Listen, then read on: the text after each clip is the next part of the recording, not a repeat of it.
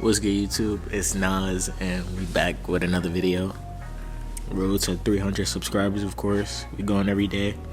And if you end up liking this video and you want to see more, just subscribe. But in today's video, I seen the last time I did Who's the Better Scorer, T-Mac versus Melo.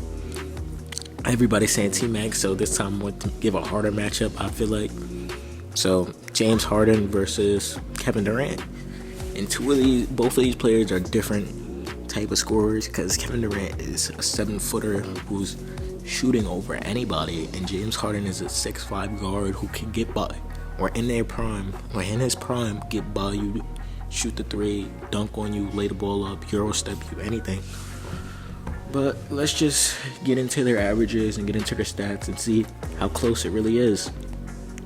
Starting off with James Harden. The moment he left OKC, which he played with Kevin Durant, he averaged 26 points per game, 5 rebounds, and basically 6 assists. And this season, Harden really showed why the Oklahoma City Thunder should have never kept him on the bench and kept him in that reserve role, because obviously James Harden was a starter in this league, and he showed it. And there's a quote saying that LeBron and D Wade got into Harden's head saying, "You too good to come off the damn bench." And we see what happened when he stopped coming off the bench. In the 2014-15 season, he averaged 27.5 points per game, 5.5 rebounds, and 7 assists. And he was an all-star. He was named the all-star starter this year. Meaning Kobe Bryant was injured, yes, and he got that role from Kobe, but he still earned this award himself.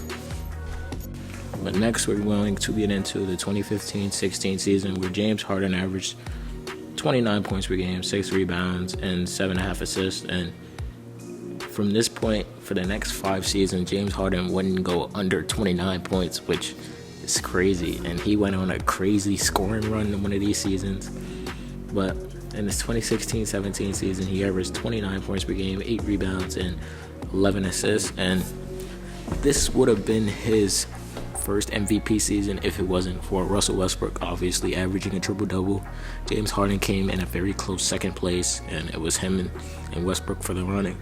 And realistically, James Harden could have won MVP a lot of these seasons in the NBA, but people weren't respecting James Harden's game. I have no reason why they don't. Like, you putting up 30 and 11 effortlessly, and I don't understand why people called him a nut too, because it was just easy for him to score the ball, and it was somewhat efficient. He was taking a lot of shots, yes, but the efficiency was there, and there's nothing more you can say. But in his MVP season, James Harden averaged 30.5 points per game, 5.5 rebounds, and 8.5 assists. And once he got Mike D'Antoni, that's when we really saw the offensive repertoire for James Harden to pick up.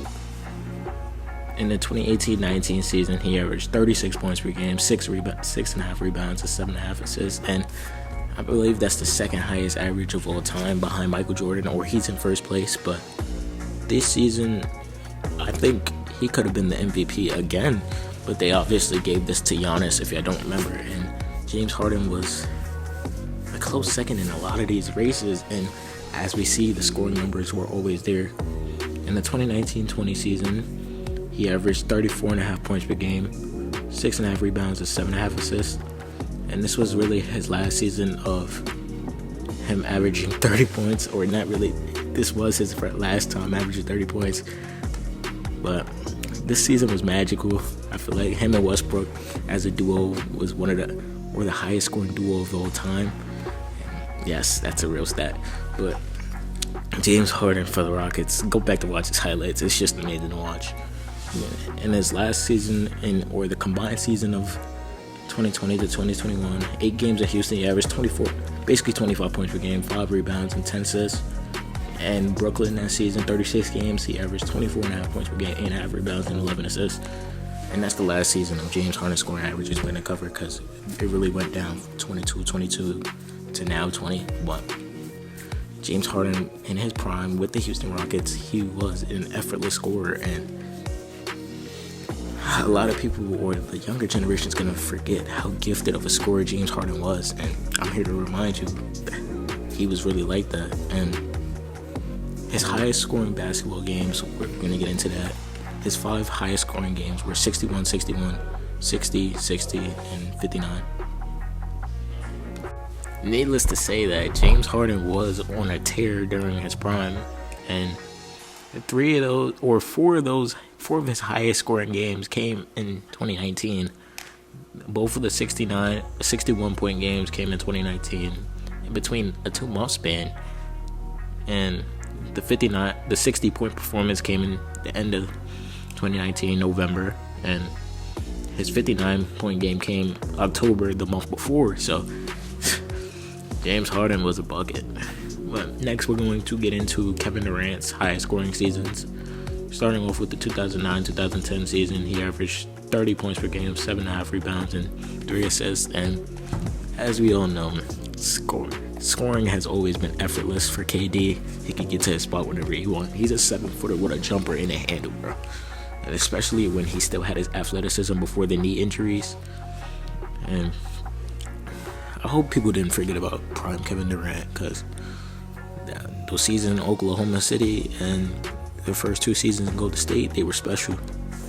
In the 2010-2011 season, he averaged basically 28 points per game, 7 rebounds, and 3 assists. In the 2011-2012 season, he averaged 28 points per game, 8 rebounds, and 3.5 assists.